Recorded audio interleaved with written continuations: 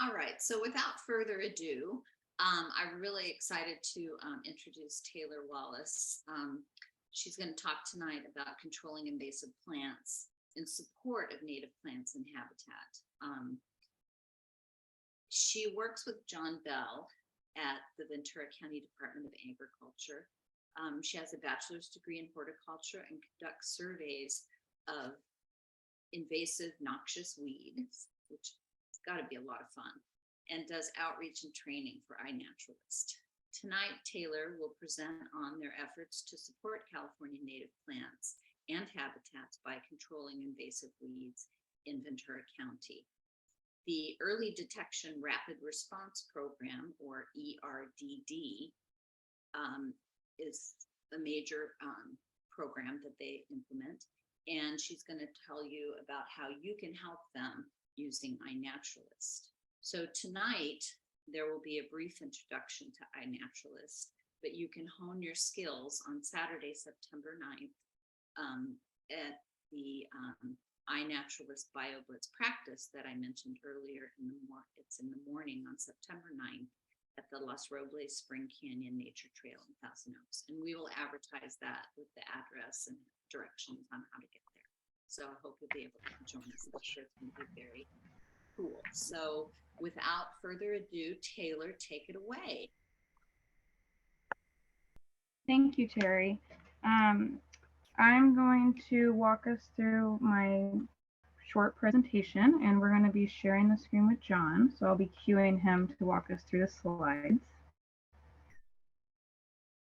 But yes, I am here today to guide you in how we use iNaturalist, but how you can use iNaturalist as well, mainly to detect new or uncommon invasive plants in Ventura County within the group's weed management area or CNPS or other entities that you're associated with in Ventura County. Next.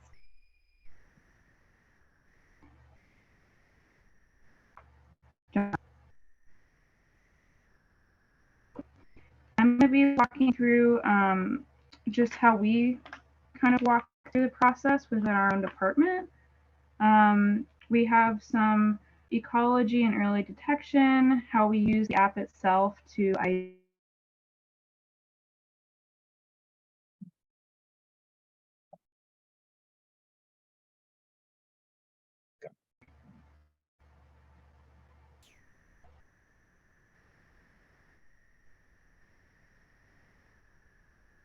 next. You there? Yeah. Thank you. Can you hear me, John? Oh, yeah, now I can hear you. Go ahead. Okay, next slide. Yes.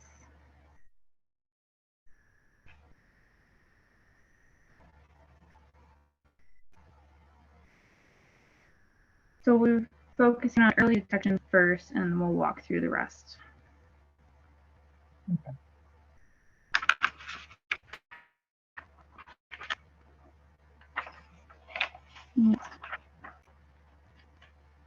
So within Ventura County, we have quite a few different ecosystems. Both. All can include native and non-native plants. They tend to have quite a variety depending on where you're, hiking, outdoors, camping, at the beach, anything you can think of, islands, a lot of different diverse native and non-native plants. Next.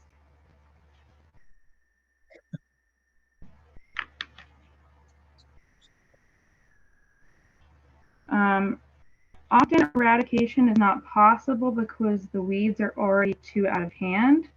In this case, we prioritize our limited resources and control these species where they endanger areas with high diversity or contain rare species. Sorry.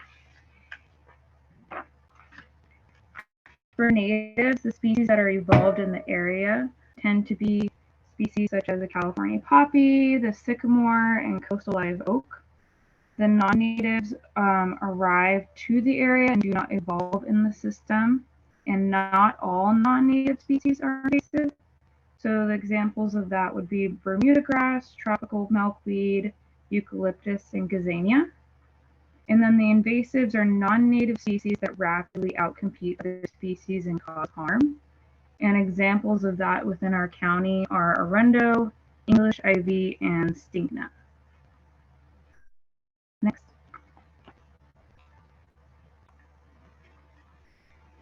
So here's some images of some other invasive species, not necessarily in our area, but that definitely have taken over some native habitats. The left photo is actually a large meadow of stinknut that has completely overrun a, mainly wildflower grassland.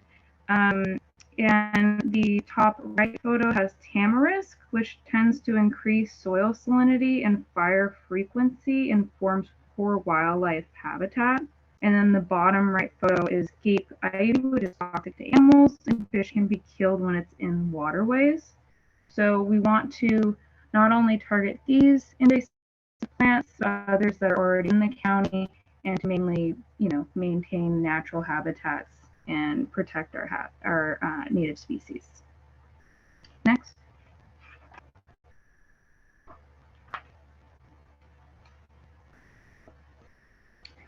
So this is one of the main graphs we use within our department. We use it for multiple things, but also mainly for weeds. And if you look closely at the bottom left-hand side, there is the introduction phase, which leads up to early detection, and land managers begin intervention, and it increases over time, and the cost of eradication and removal also increases, which usually tends to cause public awareness and a little bit more concern. So that is where it reaches the point where it's either out of control or out of management, or it gets to the point where it's taken over habitats and became a very serious problem. So we tend to target the introduction and early detection phases. Next.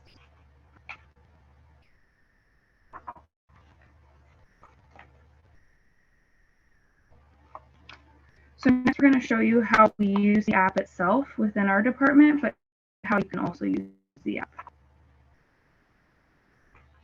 Next. So citizen scientist is actually a fairly, I would say, new term, but it has a good significance because anybody can help collect data and process it, and we can use it as professionals or as others in the field that need it for multiple different purposes.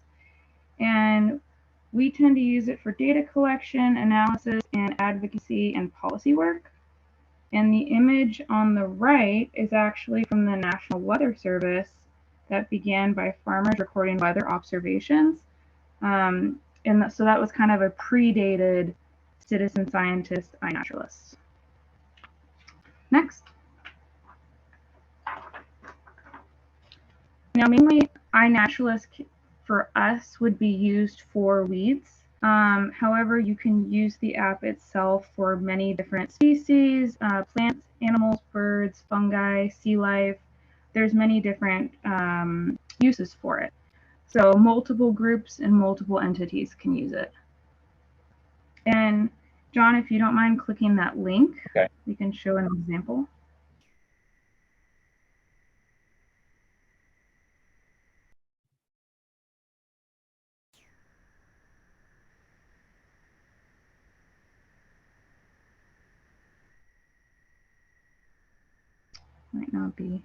Might not be working. Oh, can you see it? I cannot see the link. No. Oh, you can't see the map. Okay. Oh, okay. Well, as he tries to pull it up, I can explain. So iNaturalist, you can use it as a list form or as columns, but the one he was going to pull up is a map of the spotted lanternfly, which has become become quite invasive on the East Coast of North America, but is slowly migrating our way, which is a problem, and we're trying to ban it within our office. But it would show on there that it's first of all on iNaturalist. It's on iNaturalist itself by Citizen Scientists.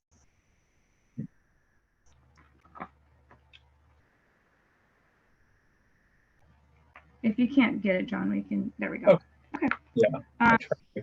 That's fine. Okay. That's okay. So you can. It's mainly a app on your phone, but you can also do it on the website as well. Doing it on the phone is easily accessible out in the field, even if you don't necessarily have Wi-Fi. It can save information regarding like the date, the time, and the photos themselves. And doing it on the website can be useful for, if you're not maybe tech savvy on your phone, or if you have more time at home and being able to read or information depending on how much you want to include. Next. So adding you via smartphone, the app itself is free. You can find it in the Apple Store or Google Play Store. And when you download it, you do have to create an account. However, it is free and it's just email login. And you can take a photo, and you can either use photos you already have saved in your phone, or you can take a fresh photo with the camera. And it will click and show, it will come up titled, "What did you see?" And then you can choose from suggestions. So it tends to look at your image and kind of try to ID it itself. However, it's not always perfectly accurate. So you can kind of scroll through a list sometimes, or it will come up right away if it's a very distinct photo. I would always suggest for photos of plants specifically, trying to get as many plant parts as you can. So leaves, flowering parts, if you can get the whole bush or the whole stand itself, that would be great. And you can also try and do as detailed as possible, so you can zoom in and maybe put like a leaf or a flower on your hand so that it can ID it a little bit better. And then under the images, under the suggestions, I should say, you can include date, time, and location, which can sometimes be added automatically, or you can enter it in yourself. And there's other features on there that you can include, such as captive or cultivated, or you can also include adding it to a individual BioBlitz or a group as already established within iNaturalist. Next.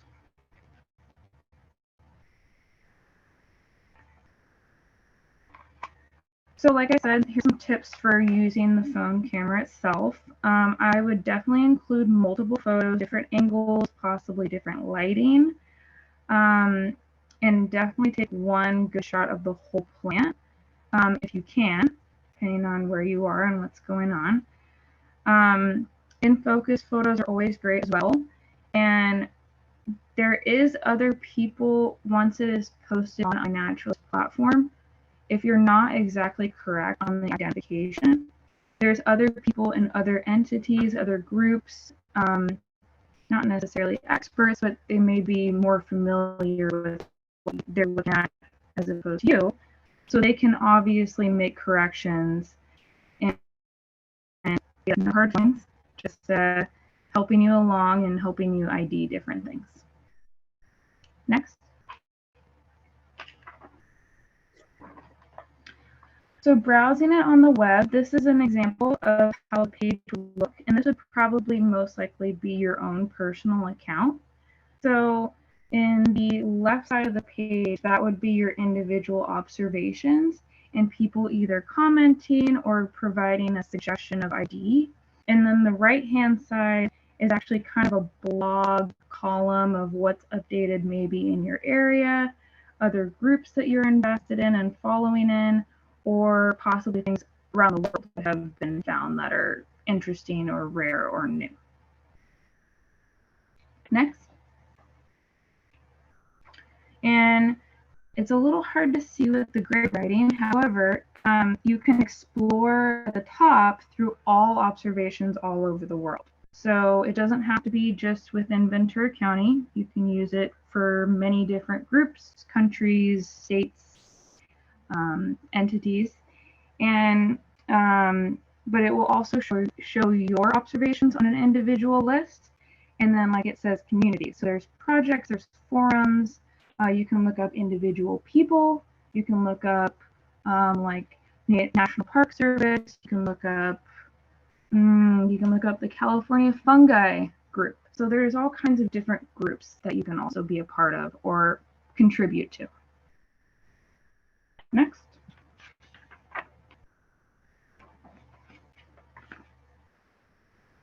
So, like we said, when we are uploading everything, the main data that you're going to want to enter or you're going to want to include is the date and time, the location, as much species information as you can possibly include.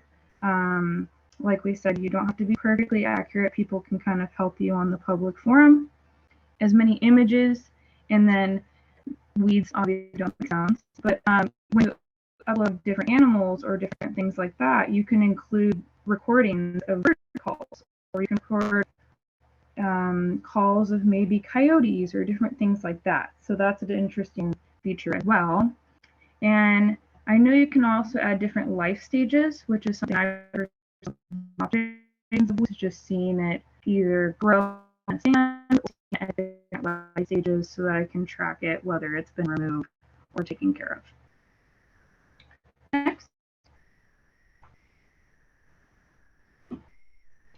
So like I said, the Ventura County Ag Department and Weights and Measures, we mainly use it for weed observations and new and uncommon invasive species. We also tend to use what is found on iNaturalist and move those observations to CalFlora.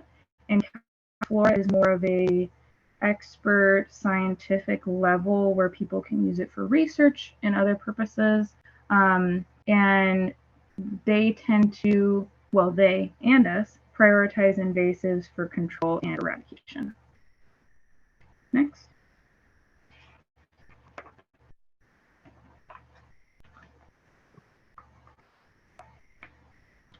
So, like Terry said, there is a BioBlitz planned with California Native Plant Society coming up, but I will walk you through how you can plan one yourself in other groups or, with neighborhood friends, family, however you like.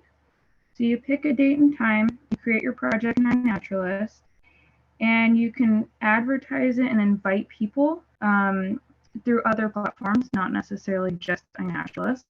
And you just either include the link or you include the project name, and you can share links like the ones we included at the bottom or other materials so that people kind of have a guideline of what to look for and what to go out and locations, time, where they need to go and what they need to do for that specific project.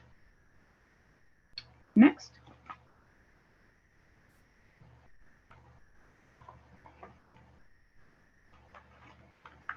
So again, with the BioBlitz, you can develop training materials and share these with the community that you include. It can be a guided walk, much like the one CNPS is going to do, and have staff on hand to help ID people, ID organisms. You can have a data upload plan where you can do it mainly as a group, or you can have them individually do it, and then have under maybe organism ID plan for afterwards. So if you guys can get together as a group, or maybe one-on-one with an expert in the group or somebody on hand that has a little bit more knowledge of species in the area.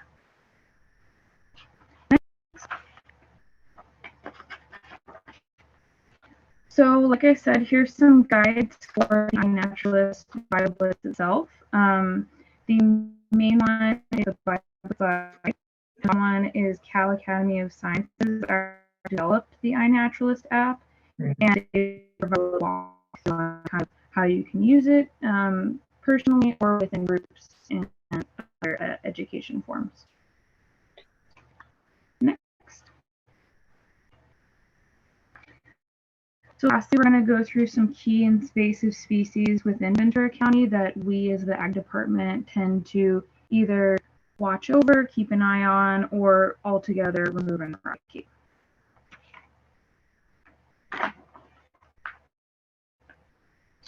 And as I said earlier with this graph, our main objective is to stay within that first column where it says proactive management and introduction and early detection. Next. So this is a list that was composed by Los Angeles and Ventura County weed management areas to prioritize weed control and contain based upon the CEA and how it's spreading and distribution in South Florida. We are working currently to actually revise this list, and we're going to collaborate with LA County, possibly update it or add or subtract some things on here at our next weed management area meeting. Next.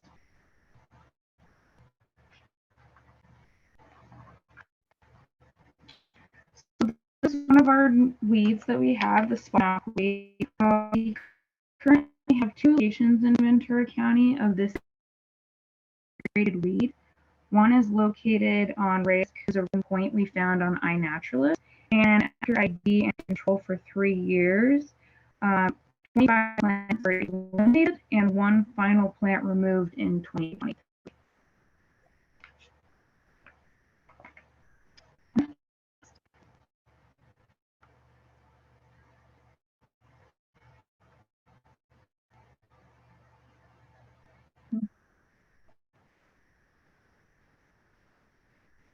So this is skeleton weed.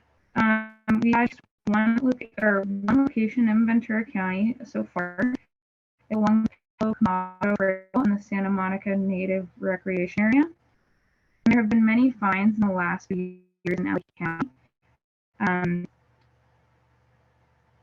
Most likely, this plant, if you see the ID and iNaturalist, someone else will most likely to see the weed pop up as an option. It is kind of confusing with the ID for this one. It tends to be confused with we have in the area.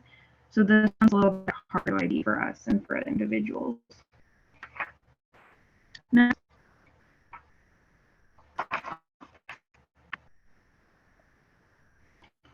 This is a new one actually that popped up during COVID. Pancrantium maritimium, a renowned plant from the Mediterranean seashore found in a couple locations near San Juan Road and Harbor Boulevard in Ventura on State Park's land and south in San Diego, the only sites in North America so far. We, mainly John, has communicated with Italian botanists about likelihood of Pancrantium being invasive, and she was concerned about the seed's ability to go in the ocean and being able to spread by water. We have been removing flowers, but having some issues with state parks prioritizing this plant itself. Next.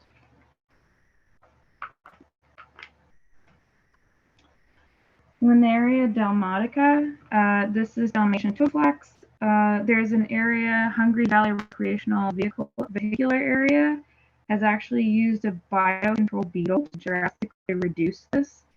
And the Ag Department does follow up on iNaturalist finds within Los Padres National Forest and works with Forest Service staff cooperatively to remove plants, including on Fraser Mountain Peak. Next.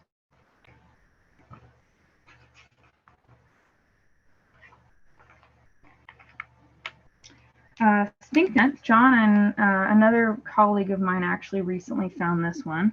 And this one is actually expanding quite a bit in Southern California, south of Ventura and LA County. It was found within Ventura County in a nursery mulch pile, and it was quite massive, the number. And it took a little collaboration with the nursery to follow up on management. However, John found another few locations along Santa Clara River, but we're making our best effort to diminish this one before it becomes a little more widespread. Next.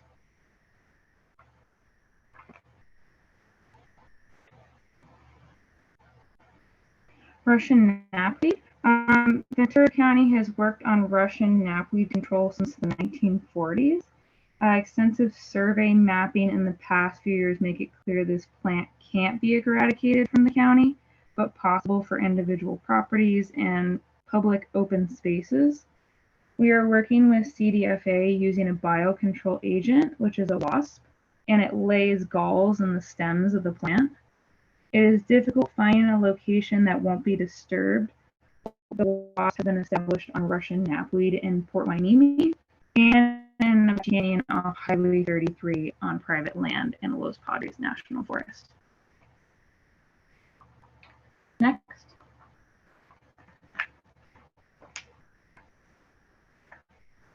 Onion leaf asphodel. So I have worked on this one personally. I noticed it quite a bit after the Thomas Fire invading into residential areas in Ventura and also along the avenue.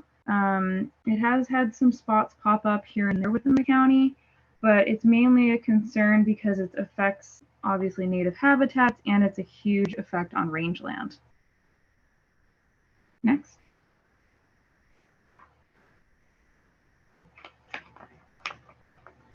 And another big one we are all familiar with, arundo. It is often, you'll see it in the Santa Clara River, it's in the Gallegos River watershed as well. It's our #1 weed in Ventura County in terms of environmental, agricultural, and fire impact. Unfortunately cannot be eradicated because of just the massive size and its repropagation. But there is a considerable effort to control it, and there is a large amount of funding that is put in towards it, but it is quite expensive. And there is no useful biocontrol that has been developed yet. Next. Spanish broom, there was quite a bit that was found abundantly on Highway 33 above Ojai, and it is not uncommon, a noxious weed listed on the CCR 4500 list, but we collaborated with Caltrans to help significantly reduce the numbers, and there is still quite a large amount found in areas bordering LA County and the Santa Monica Mountain Range. Next. And this one's actually a fairly recent one that we had within our county that our commissioner, Ed Williams, had decided to ban the sale of tropical milkweed at nurseries. It is currently banned because it affects the development of the monarch butterfly and their flight patterns. So they aren't able to fully develop and continue their flight plan. And our Ag office does routine nursery inspections to actively keep nurseries responsible for preventing the sale and propagation of this plant. Just see. What is that? That show up? No. Okay. Just checking.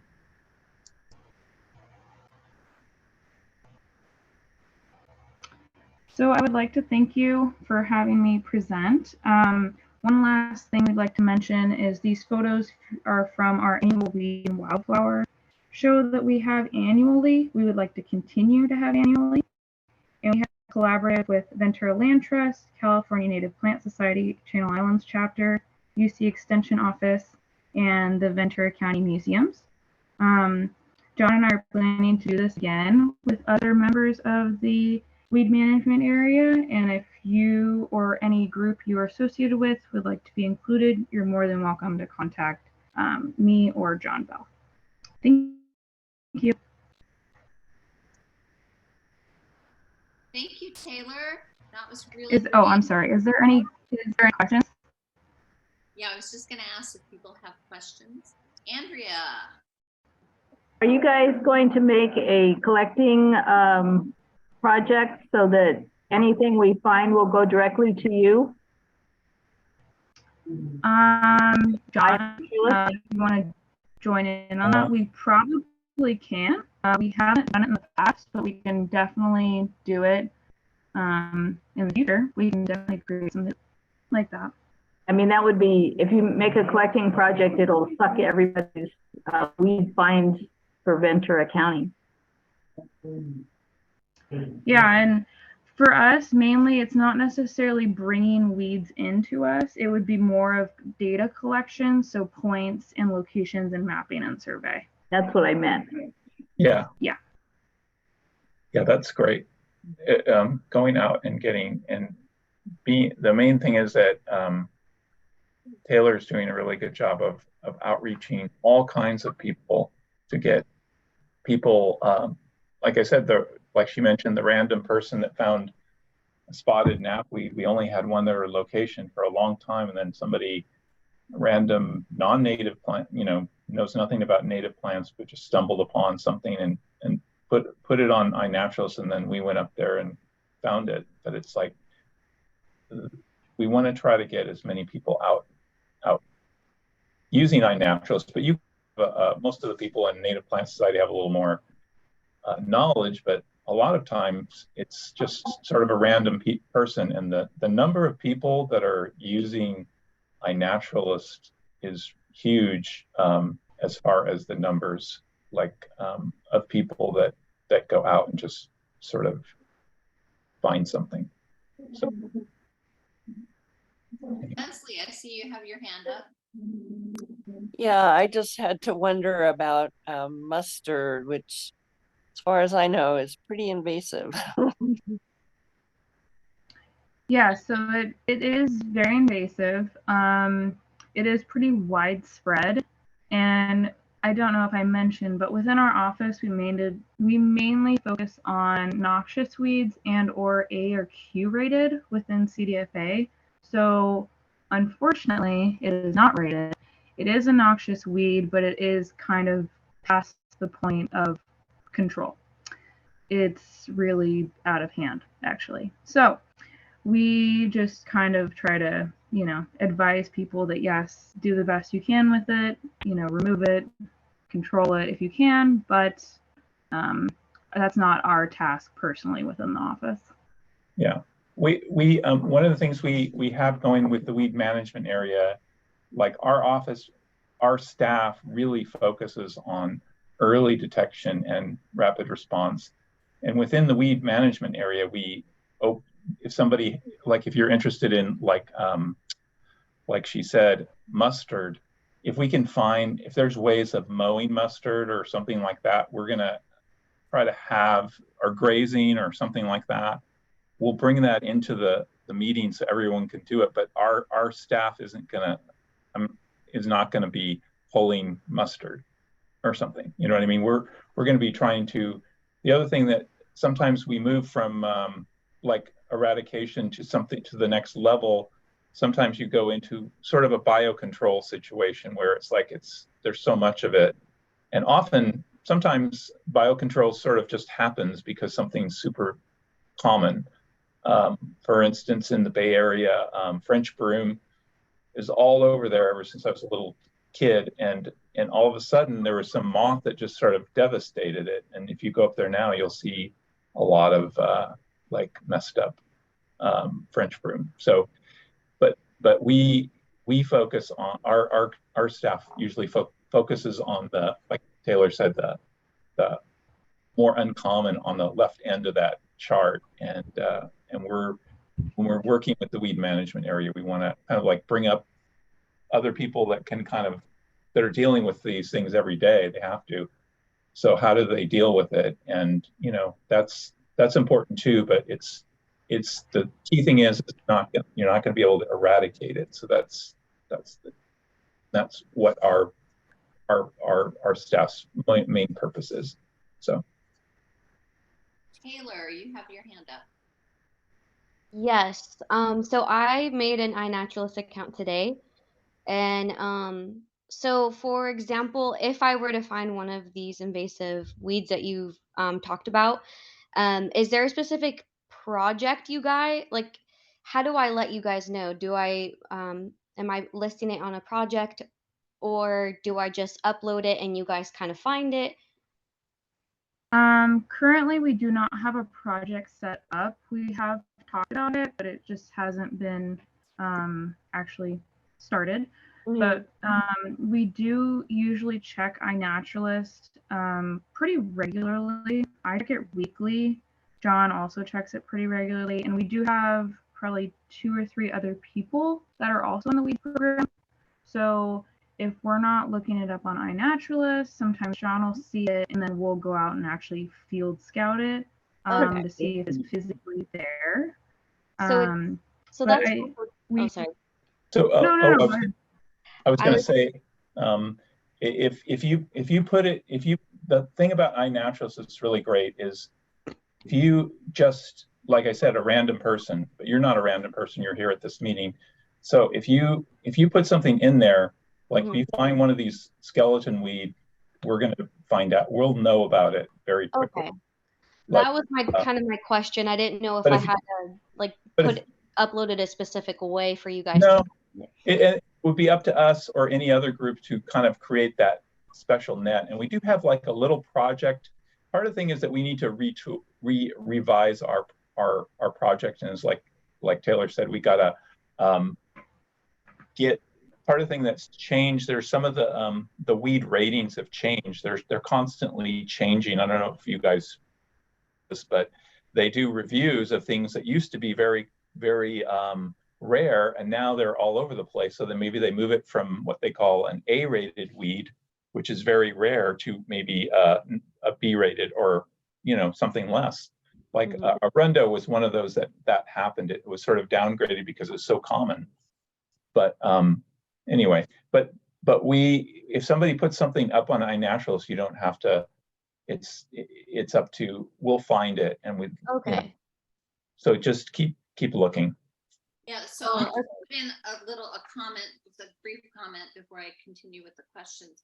So when I put in certain observations, a lot of times I can tell that some organization has grabbed my observation. They'll actually say, this has been uploaded to X project. So that's sort of the, I'm being the citizen scientist, and the scientists that are involved in that group are reaching into iNaturalist and pulling out things that they're interested in. So often that'll just be, a particular genus, or, something that they're interested in. They'll just pull it out. So that I love that, because you never know what observation you make might end up being something. Yeah, that's neat that it lets you know that somebody actually is using so they, like if they move it into their project, I see. it'll show up on your page. So Andrea, you have another question. Awesome. Hang on, I'm thinking, I'm just forgot it. I was thinking, John, I made a project that was for non-native plants in the Carpinteria Valley. And so whenever somebody comes up with a non-native plant, it just pops it right in. Mm-hmm. And I mean, you can do that for Ventura, but it would be a little bit, yeah. Well, we actually have a little project, but I think it was done a while ago, and we need to revise it because it had, some things have changed a bit. But yeah, those projects. But again, I would say project, it'll take everything that's non-native. Yeah, I think the thing is that we're not going to look at, if somebody finds some mustard or something, it's not something that we're going to even hear about much, but somebody else might. Sometimes there's this one person actually that is from Texas, and anytime I find a solanum, this person is really on it. That's all she cares about is solanum. And this person, number 764 or something, is her handle. And she confirms some of my things, and I don't know what but she focuses completely on that. It's like everybody, there's different things that everyone is interested in. But okay, so another question was, online, do you have this list of plants that you're particularly looking for that people could copy off so that when they're out in the field they could look for it? Well, one thing that we're trying, that Taylor I could bring it back up is that we're trying to do this with the weed management area. We're trying to get this the targets. The whole point that Cal EPSI and CDFA did this is that they wanted to kind of get targets, and this is our targets that we did in 2021. But like she said, we're thinking about, like, we need to, at our next meeting. In fact, they're having a meeting in Los Angeles, weed management, on Thursday, if anyone's interested. But the two groups are, some of these things are things that they have a lot of and we don't have much of, and it's kind of a mix, but we want to try to look at it again and see if we might want to change it. So this is where you have your list of things that you want to do, and that's what Cal EPSI and CDFA kind of worked on, but we haven't. So when you get the change in, are you going to post it on your website so that people could go there and copy it and look for those things? Sure. Yeah, we can do that, and we can put it on. We can include this regional, because you guys are, the CNPS people have their opinions about all these things, and you can put it on your website too. Like, these are the things that we're after. But a lot of times you don't, you go out there and you don't know, like, until you stumble upon some of these things, it just, like, you're not gonna, sometimes I'm not just looking for one of these things. It just sort of finds me or something. I don't know how to explain. Yeah, when him and I have gone out for surveying or mapping, we tend to kind of stumbled upon stuff or stumbled upon large stands of different things, just depending on what our intent is for the day. So it's always kind of an adventure. One of the things we noted in Santa Barbara County is that skeleton weed gets carried along with the railroad tracks. Right. So that's something to look for. Yeah, skeleton weed always, as I've told everybody, and Taylor knows this, like, skeleton weed, invasive plants and railroad tracks I'm always looking at railroad tracks. They're walking quite, up yeah, and down they're the quite tracks, there. looking for carefully. Sure. But and skeleton weed gets moved around because the underground portions, when they do ballast moving all the rocks and stuff, and they have to repair it, they move all that, and that's how the skeleton weed gets all along. If you go to the Bay Area, Caltrain, all along that, there's a bunch of it. So John, one last question. Okay, so what's the head like on the stinkwort? Is it a round ball, or is it a daisy, or what does it look like? What you couldn't tell on the picture. Stink. I think you can. The stink net itself is kind of a bit of a dome shape, right, John? Yeah, it's. I think it's the thing about it. Okay, I don't know if you see my little arrow there. Yeah. Okay, it's kind of like she said. It's like, I think that it's more globe shape, and a lot of times you see, I think, like, what is it, chamomile or some other kind of plants that are sort of like that don't have any ray flowers, and they're more conical or something. These are more. Round. And it does smell too. it stinks. Okay. So But it can. I have another question, and that is, how do you find the unknown unknowns? So when something is newly introduced, it came in on the tire of coming into Port Hueneme, and it's a totally new thing that has never been seen before. How would you pick that up when you're cruising through iNaturalist? When you're cruising through? Well, when you're looking, when you're looking, that's a good question. Yeah. I'm not sure if I can answer that exactly. You know what you're looking for, but what if it's something totally new that you don't know what it is? Well, I think, that's a good question. I'm not sure if I can exactly answer that. That's something. It's I guess you can go into the broad spectrum, like Andrea was saying, and just like look at all the new weeds, but you're gonna have to muddle through a lot of things that are very common, I guess. Maybe there's a way, maybe we can figure out a way to kind of like if something's completely new. But yeah, the ones that I know, but one, yeah, go ahead, Taylor. Sorry.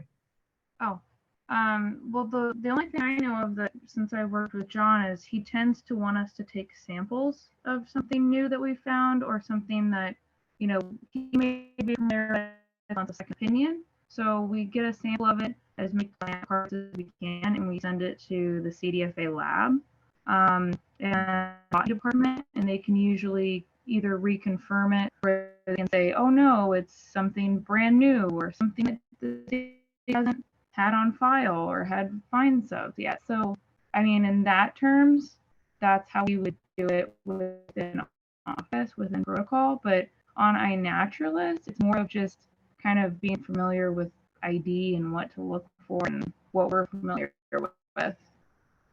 Yeah, well, I was just wondering when you look through, I don't know what the right term is, but when you are evaluating new postings on iNaturalist, do you have some kind of filtering system, like you filter out everything that's native and now you get a big list of things that people have posted in Ventura County? Okay, so that would be another filter, Ventura County. And then that's got to be a big list of all the, you know, mustards and, you know, things that you don't care about. But it seems like it would be difficult to, I don't know how big that list is, but it might be difficult to narrow it down to something that's truly an unknown, new, completely new thing. And I think that, and maybe we have our botanist, Ellen, the term that comes to mind is waif. I've heard it's sort of like something new that just fell off a truck.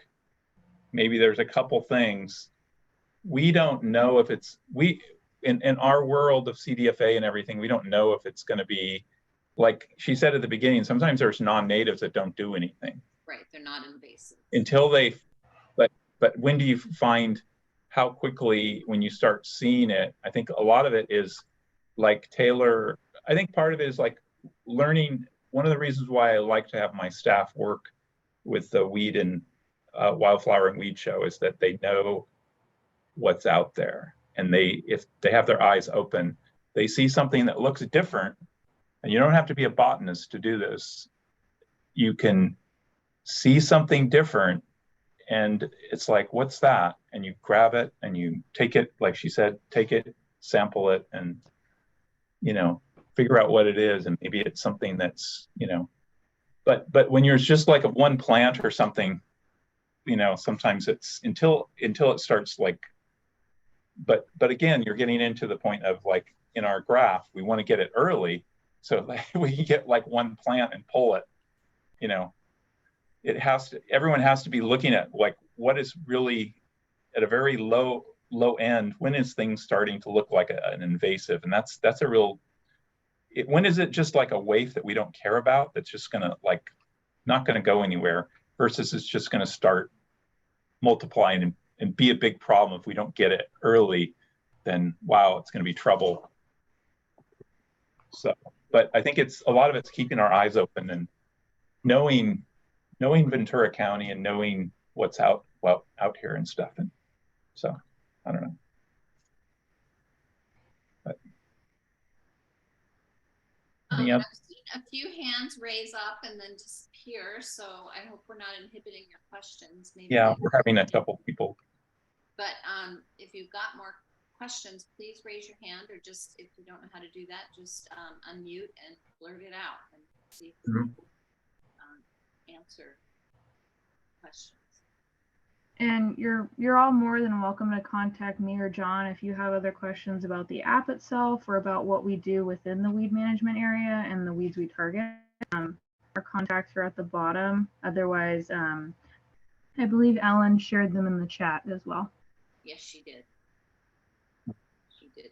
So while you have this slide up, that is the Weed and Flower Show.